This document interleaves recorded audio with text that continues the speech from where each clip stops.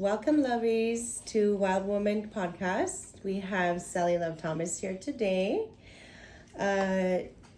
Just gonna go through a little interview with us and share her story. The intention of this interview with Sally is breakthroughs. We really want to share out there with women and men stories of breakthrough, so we can be of inspiration and hope and, an example. So here we are. Hello. Thank you for joining us with the Wild Woman Podcast. Of course. So Sally is a mother of 5 boys. She is a grief and life coach. And she wrote and self-published her own coloring storybooks. She is currently working on a healing workbook journal.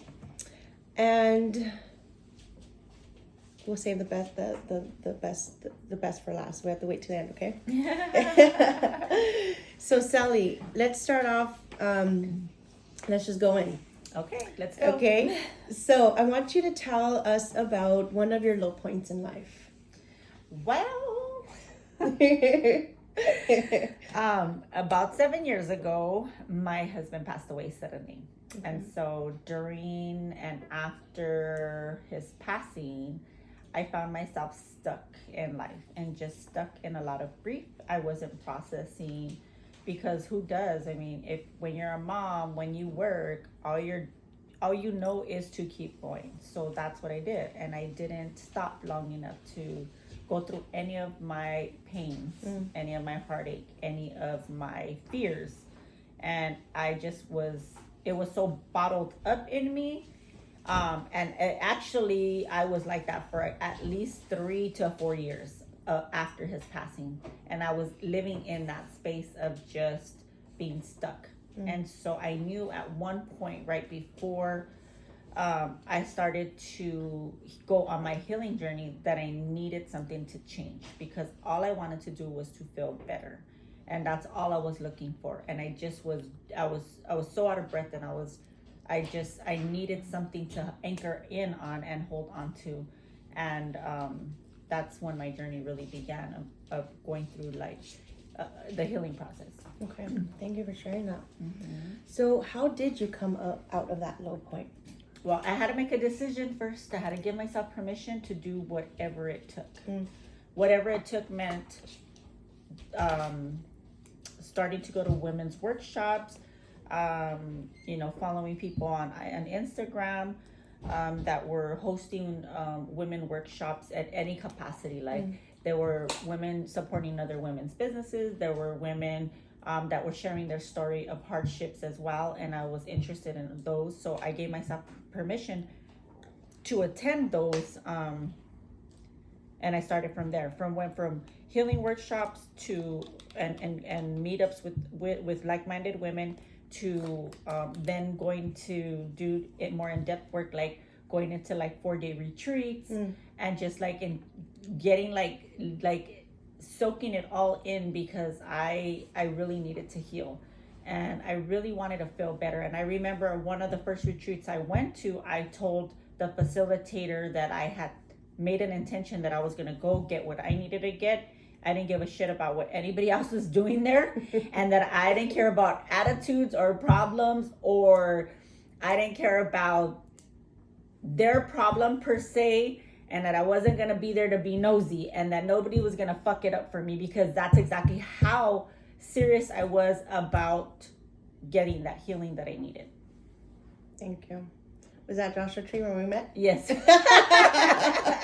By the way, Sally doesn't hug people, and I got a hug out of her that weekend. I don't know how, but I hug more now. It was miraculous. Miracles happened. Breakthroughs happened that weekend. Thank you, Sally, for saying and voicing what you needed to voice to that person, and voicing your need and your basically your demand of this is it. And thank you for voicing that.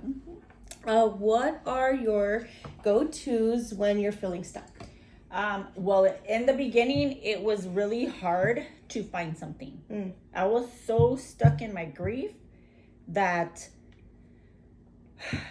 I just was so trapped that I couldn't move and find anything fun, anything helpful. So what I started to do was I started to color in coloring books and color in sketchbook. That I'm not an artist, but I couldn't. I usually write to like process things through and process life. I've always loved writing and I've always written since I was a little girl. I couldn't even do that because it made the pain and the reality of my husband not being here so real that I couldn't even write it out. So I started by, I had this idea to get a coloring book. I had an idea to get a sketchbook. My husband was an artist, so he had coloring pencils, the prisms. And The good ones. Yeah, and I took his coloring pencils and I just started scribbling really and making like scribbling really and just doodling like flowers and hearts and whatever I could, and then coloring them in, and then after I felt like something shifted, so I was able to then express whatever I was feeling at that moment, whether it was about life, whether it was about my grief, whether it was about just what I was feeling that day, whatever it was, whatever came to me. Then I would, on the page next to it or on the next page, I would be able to pen everything out, and I was able to flow, like letting everything come out, because it was so stuck in me. It had to come out in some form of activity, and that activity was coloring, doodling, and then later I was able to self-express. So then I was able to like release the pain through my writing and whatever I was going through that specific day or week that I wrote. I mean that I sketched in the pad and or colored with the coloring in the coloring books. Then I was able to write, and then it just came to me. Sometimes it was like the most randomest stuff I would write, and sometimes it was really pertaining to my life and to my grief, and just to like even before my husband passed, like past way past stuff, like from my childhood. Yeah. And then but that's how it started. After it turned into like a lot of like breath work and movement, and as I kept on my journey, the things that helped me through anytime I felt like I was getting stuck again was a lot like some sort of activity: yoga, movement, breath work, dancing, and I'm like hiking, walking, exactly. Yeah. No, actually, you know what? Yeah, I forgot about that. Like really being out in nature. Yeah. Really like getting to the beach, taking a long drive, even by myself. And I would never do things by myself. But yeah, those are the things that kept me going and kept me moving all the pain and alchemizing that out, so that I could, stay on that healing journey. I love that. I love the symbol of like the scribbling, not knowing, just doing, and then later it coming out in the writing. Mm-hmm. That's really interesting. I wanted to ask you, how, in kind of connected, how do you feed your spirit? I stay. It's kind of hard with life, as far as like if you're working and you have a family and you're just doing the mundane things, Mm-hmm. So I try to stay connected in community. We do our circles together, and we host like our support circles for women.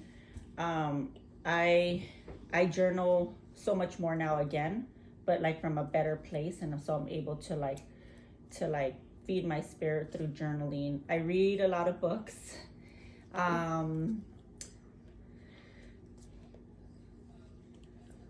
I'm able to like meditate in a place of where I'm able to receive like intuitive guidance as to what I need at that time. Sometimes it's dancing, sometimes it's writing, sometimes it's sharing. So yeah, it's a lot of, that's how I usually like try to feed my spirit. Listening to music. Yeah. Yeah. The most simplest thing, right? Yeah. I know. That's one of my favorites too.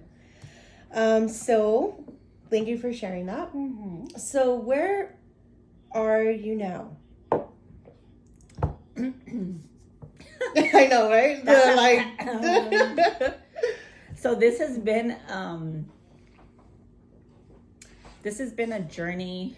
This has been a 7-year long journey. Okay, 7 years. He's been gone 7 years. Okay. So my journey really didn't just only start like when I decided to go on the healing journey and open myself up to new things. And so I want to say that I think, like, I know I'm so much more in a happier place. I'm so much more in a freer place. Right now, I am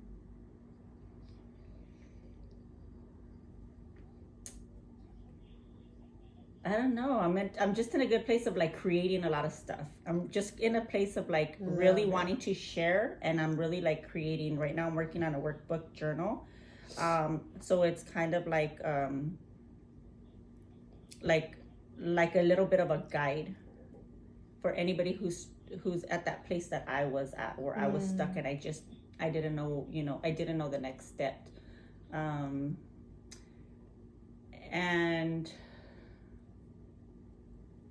I don't know. I'm like, it's so big. I love the word free. That's like, it just all sums it up. I'm like, yeah, it's like more free. I'm more free in life. I'm so open to like life being good to me. Because sometimes when a lot of things happen to you, I've had a whole lifetime of hardships before my husband. And then with the hardship and with his sudden death, it just like really cracked me open. And so now I'm at this place and this space where I just want to share like that part of my journey to like help somebody else find their light. Yeah. And so I've coached women. We have support circles for women, and I just feel like so much more like open to like God and like the universe just like blessing me, like, and blessing me to continue to do all the things that I have, because I have like all these crazy ideas. One of the circles I was like, Sally has a PhD to life, and it's like, stop sitting on this gold. We all sit on gold, and we have a PhD to life. So I love that you're finally cashing in. You're finally cashing on your blessings and your freedom. I think freedom is just, once we get to the point of freedom, everything just flows exactly the way it is and comes so easily. Easier. Yeah. Easier. So let's see. What is something your little girl always wanted to do?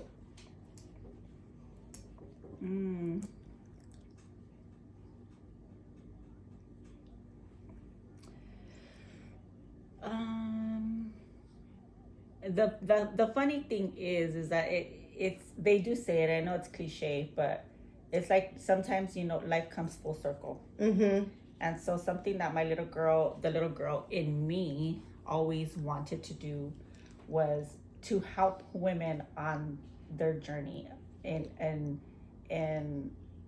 their life, and stepping in and just showing them like they could love themselves, that they can have the life that they want, that they can be all the things that they wanted to be. Because since I was a little girl, I always seen the adults around me, and I didn't ever see them genuinely happy. And I seen all of their actions that they took, and I always thought that it was because they came from a hurt place. So in my little girl, my inner little girl is still at that place that she still wants to like, come on, like, we can do it. You got to love yourself enough to do it. I'm going to show you how to love yourself through it, and show you that you deserve to have it just because. I love it. And you're worthy just because. And so that part of me, that little girl in me, still wants to do that.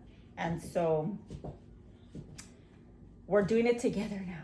Nice, right? Holding each other's hands. Yeah. I love it. What are you currently working on? I know we kind of like went through this, but tell me more in depth. What are you currently working on? I'm currently working. What's brewing? Well, the workbook journal is really brewing. Okay. you know, I come from a time and a place in life where it was not easy to like create something. And now, like, you know, with social media and with all the technical things and internet, like things are much more easier. They're more streamlined. So I'm working on I'm able to like put into a format now. Okay. The thoughts, and I'm able to be more clear about the direction of what it's going to entail, because it's all the steps that it took me in the beginning. And I'm hoping that I'm able to make it as easy as possible for someone that's stuck to be able to just grab on and anchor just a little bit enough to like say, okay, let me try it. Because if you're in a place where you're so stuck, you can't see anything. You can't feel anything but the pain that you're in. Right. So you can't bring something to somebody and say, follow these steps because this is what you need to do.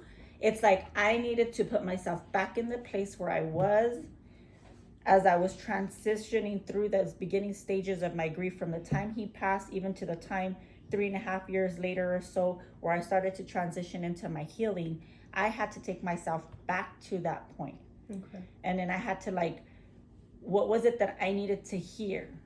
What was it that was going to resonate and what was going to reach my soul for me to say, yes, I can have a different life, although he's not here. And yes, I can experience a better life than the grief I was in.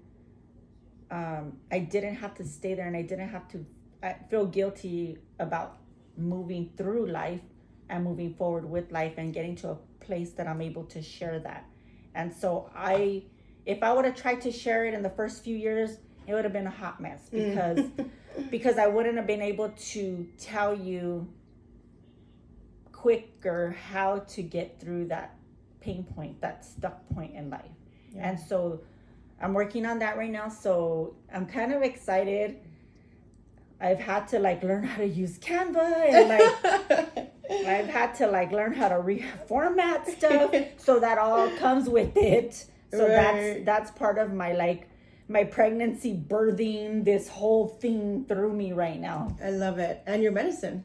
Yeah. Like you waited until you were like felt you were knowledgeable or, you know, lived it, that you're now ready to share it. Yeah, because I'm like, I always refer to myself, if anybody's ever seen The Wrinkle in Time, I always refer to myself as that little girl that she could not get through that tesseract because she was so much in hurt and pain and turmoil from not having her father there, and then having such a bad time with her peers at school, and all, you know, had so much issues that little girl was me. I was like, that's exactly how I am. Like, it took me, I feel like I'm the one that gets it last. Like, it's not easy for me because of the pain. Right. And I couldn't process through because that pain had me stuck. So I don't think, like, even though it's 7 years later, it's almost like it's still right on time, because now I'm able to, like, I could go back there and then be parallel to it, that I'm not stuck there and I'm not in it like I was. Right. So now that I'm right here where I'm at, I'm working on that journal, and I don't want it to be like a long drawn out thing. I want it to be very like concise, and like you can work it through on your own, a study group with like other peers or other like a support group, or with a coach. Okay. You know, nice. And so that's one of the things that I want to keep creating them, because that's my perfect day. That's my perfect day, sitting at home and creating these journals. Even the technical parts of them, you know, right. Picking the right cover, picking what the cover represents, and just like putting my spin on and my interpretation of what's inside that book, even creating the cover. So right.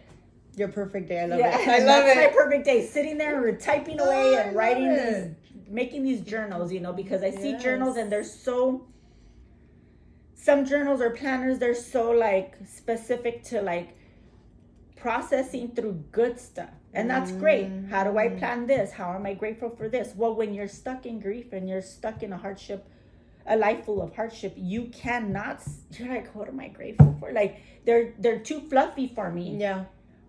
Now I can utilize them, but during those initial years, I couldn't utilize them because I couldn't find anything to be grateful for. I couldn't see, intellectually I could see that, but emotionally, I'm making a connection with my soul. I could not figure out how to stay in that grateful state, how to stay in that present state, because I was so stuck in that pain that it just was like, I know it's over there, but I just don't know how to get there. So I would just, my perfect day is just putting these journals together and from my own experience. I love it. I love it. So create your perfect day, your perfect life, your perfect dream job. That's what I just got from this, and that's what we're all gonna strive to do. Don't ask me for a tip. The donations. I love that. And there was something else I was gonna say, but I forgot. But so I love that you called it perfect day, because that is like, that would be your dream job. Yeah. You know, and you're already like, okay, well, if this is what my perfect day would look like, then why, I got to start somewhere. Right. You know, and I love that you're like putting that foot forward and finding like, what is it that I love to do, and just going for it.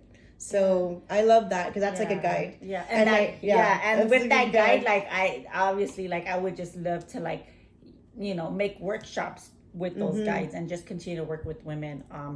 I think it was last week or the week before, I was at work and I worked for a call center, and there was this your face when you said that. this patient, you know, she was just going through it, Right. and I felt her, so I said, okay, slow down and talk to her. And we started talking, and before I knew it, we were on this call for like over 20 minutes. And when I hung, you know, she would pause in silence after I would talk to her whatever we were talking about, and she would like, what are you doing there? Why are you there? You need to be a life coach. No, and I was laughing, and I'm like, Oh my And she goes, no, seriously. She goes, I'm here having a shitty day, getting all this shitty news. And in my life, my mother's always told me, you're the one who will pull herself up through her bootstraps and like get her shit together. She's like, and here I am sitting here feeling shitty about shit right now. And you just changed perspectives for me in these few minutes. She's like, you need to be a life coach. And you need to, when you leave that job, you have my number. When you leave that job, way. She goes, you call me because I will pay you. And I was like, thank you. Okay. She goes, I am serious. I love it. She's like, I am serious. And I was just laughing to myself. And I said, this is what I want to do. Like, And that's the my other interesting perfect part day. of that was your perspective first had to shift from call center annoyed answer and I'm annoyed and want to get off the call quick. When you shifted that perspective, that just transferred onto her. Yeah. That's beautiful. I was able to, I mean, and usually I do, like, you know, there's just some people, though, you can't send the dream team to help them because they won't even let you. They'll just, you know, they're still in their space of however they live and however their perspective is. But the other funny thing to that is that when I hung up, I mean, I had like my coworkers like, oh my God, you needed a charge for that. And they were like giving me this look like, who are you? Because they were like, you are in the wrong job. And I was like, oh yeah, that's what happens when I get turned on, like, and I get lit up. And that like me comes into alignment. And I'm like, hell yes. And I just, that shit lights me up. That shit lights me up. It like turns me on. And then that's so inspiring. And it like opens me up more intuitively and just more connected to my soul, like more connected to myself, more in alignment, you know? And I'm not like over here and all here. I'm like right here and solid, and I know what to do and I know what to say.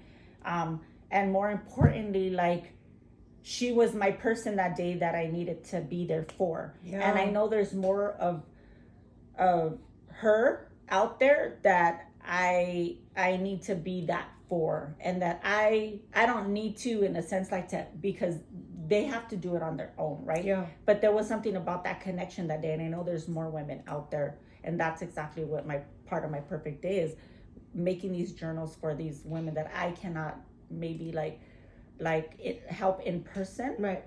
but the intention is to be able to put journals together, multiple journals and different, different topics and stuff throughout life, so that they can, really sit down and like get into the truth of it, because that's the only way things changes, when you're ready to be cracked open, willingly or unwillingly, Right. and then you got to go discover, and you got to go inward, and you got to go to all those dark places. Like, how do you do that with fluffy, cute journals? Even though I love them, I know, right? The pictures, the title of the pages. See, and Sally's giving us a lot of gold here, you guys. You better be taking notes. Perspective. Mm-hmm. That's another big point and a big guide for us that we can take home is, let's shift our perspective. Mm-hmm. Yeah, I like that. Yeah. Thank you for sharing that story. Almost coming to a close. What would you say to women and men out there who are currently at their low and feeling stuck? We're out here. Right? Find the biggest thing is find community. Mm. Find community, because Yes. you'll find that you're not alone, because Right. everybody always says that once they find their tribe, they're like, oh, I thought I was alone. Right. Even though we know it intellectually, we always feel like we're alone in what we're going through. So then it opens up the olive branch to like kind of like find the help that you need. Yeah. Right? And then you find that your situation helps someone else, but then really that really helps you when you help other people too. Absolutely. And then, don't be afraid to get help. Like, if you need to go to like traditional therapy and you just need to talk shit out, do that. Yep. Whatever it's gonna take. Like, nothing's concrete and off the table to try, from having fun to looking at traditional therapy, working with a life coach, or even a mentor, depending on whatever it is that you're stuck in. And don't be ashamed of it. You don't have to tell anybody you're doing it either. Right. I mean, it's not like something you need to share until you're ready to share, but really like get the help that you need. Reach out for that olive branch. Say, you know what, that's it. This is it. I need to find my tribe. I need to find community in what I'm going through, or I need to get therapy. It's okay to get help. That's beautiful. Thank you for that. And that's a beautiful message. Community. Yeah. That's beautiful. That's very powerful. For Sally's one-on-one coaching and other services, or questions about her workbooks or where to find them, or her coloring books, I know coloring books are on Amazon. Mm-hmm. The workbook will probably be on Amazon too. But hit her up at sallylove.irl, SALLYLOVE.IRL.